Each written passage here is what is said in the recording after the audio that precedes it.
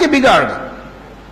حضرت مولانا عمر صاحب پالنپوری رحمت اللہ علیہ نے فرمایا کہ میں چھوٹا تھا، میری والدہ نے میرے ذہانت کی وجہ سے دینی مدرسے میں ڈالا۔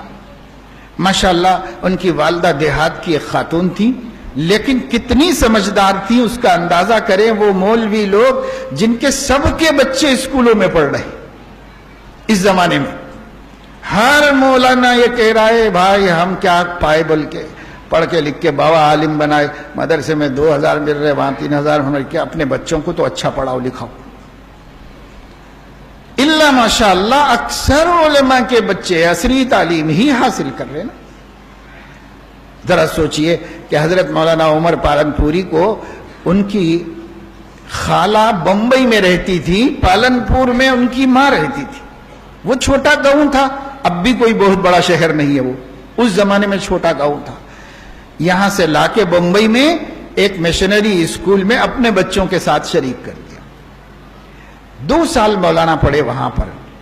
دوسرے سال کا رزلٹ دیکھ کر مشنری کے ذمہ داروں نے پیرنٹ میٹنگ میں بلا کر کے ان کی خالہ سے کہا یہ آپ کا بچہ ہمارے پورے اسکول میں سب سے ذہین بچہ ہے اور بہت بہترین پڑھنے والا بچہ ہے۔ ہم لوگوں نے میٹنگ کی ہے اور یہ طے کیا ہے کہ اس بچے کا گریجویشن کمپلیٹ ہونے تک ہماری مشنری خرچہ اٹھائے گی، فیس معاف اور کتاب ڈریس سب فری، اور جب تک کہ یہ گریجویٹ نہ ہو جائے۔ دوسری جماعت سے گریجویٹ ہونے کے لیے آپ سوچئے 13 سال اور پڑھانا ہے۔ 13 سال کی ذمہ داری پوری ان لوگوں نے لے لی، اتنا ذہین بچہ تھا۔ اور اس کے بعد یہ بچے کو چھٹیوں میں گھر چھوڑنے کے لیے خالہ پالنپور کو لے کر آئی اور خوشی کے مارے اپنی بہن کو بچے کے یہ کمالات بھی سنائے۔ اس کو سنتے ہی وہ دیہات کی بھولی بھالی ماں کیا کہتی ہے، آج ہم میں سے ہر ایک کو سوچنے کی ضرورت ہے۔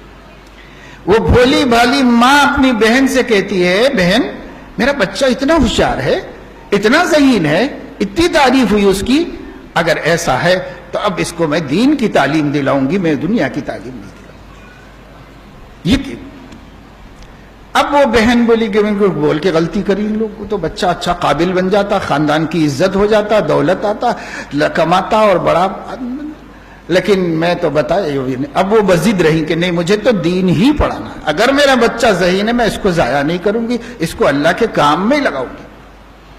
چنانچہ اس ماں کی قبر کو اللہ تعالیٰ ٹھنڈی فرمائے، جس ماں نے امت کو ایسا بڑا عالم دیا، آج اس مدرسے میں ڈال دیا۔ مدرسے میں 30 ابتدائی عالم کورس میں داخلہ ملا اور وہاں پڑھنے جا رہے تھے، چھوٹی سی انجمن ہوئی۔ ایک دن جمعرات کو روز پوچھتی تھی کہ آج کیا پڑھا بیٹا، خود سمجھتی کچھ نہیں تھی مگر پوچھتی برابر تھی۔ ایک دن کہنے لگے بیٹا آج کیا پڑھے، کہا ماں آج پڑھائی نہیں ہوئی، آج انجمن ہوئی۔ کہا انجمن کیا ہوتی ہے، کہا اس میں سب لوگوں کو تقریر کرنا پڑتا ہے، آپ نے بھی کی، ہاں میں نے بھی کی، تو مجھے بھی سناؤ بیٹا۔ پلو اوڑھ کے مولانا کا بیان ہے، ادب سے بیٹھ گئی اور پھر یہ کھڑے ہوئے اور جیسے انجمن میں انہوں نے 2 منٹ کی ایک تقریر کی تھی وہ تقریر ماں کے سامنے کی۔ تب ماں کی آنکھوں میں آنسو تھے اور یوں کہہ رہی تھی بیٹا تو ہمت نہ ہار،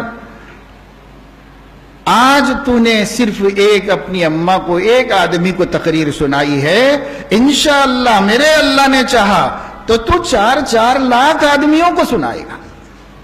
یہ گاؤں کی دیہات کی ایک عورت اپنے بچے کے پہلے سال دینی تعلیم کے پہلے سال میں کہہ رہی ہے کیا نظر ہوگی، کیا توکل ہوگا، کیا اعتماد ہوگا اللہ کی ذات پر۔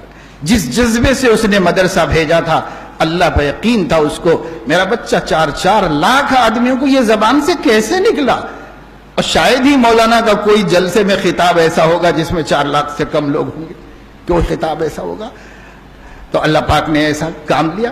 میرے دوستو یہ ہے ہمت بڑھانا، نہ آج مائیں اپنے بچوں کی توقعات کو بڑھا رہی ہے نہ اساتذہ، تو بچے کیسے حوصلہ مند ہو سکتے؟ حوصلہ مند، اس بچے کو ماں نے کتنا بڑا حوصلہ دیا، اول جماعت میں حوصلہ دیا، پھر ایک دن عالم دین بنے، اور بعد میں کہتے ہیں کہ کوئی بابا صفت بزرگ مجھے ملے تھے، اس وقت ان کی اپنی دکان تھی بمبئی میں، اس وقت انہوں نے کہا کیا کرتے ہو؟ جب دارالعلوم دیوبند میں پڑھ رہے تھے تب کی بات تھی، دکان تو بعد میں رکھی، کہا میں دارالعلوم دیوبند میں پڑھ رہا ہوں۔ تو اس اللہ والے نے جو مجذوب صفت کوئی بزرگ تھے، انہوں نے مولانا سے کہا کہ اچھا تم علم دین حاصل کر رہے ہو، قرآن بہت کثرت سے پڑھا کرو اور قرآن کریم میں تدبر کیا کرو، خدا تمہاری زبان میں اثر دے گا۔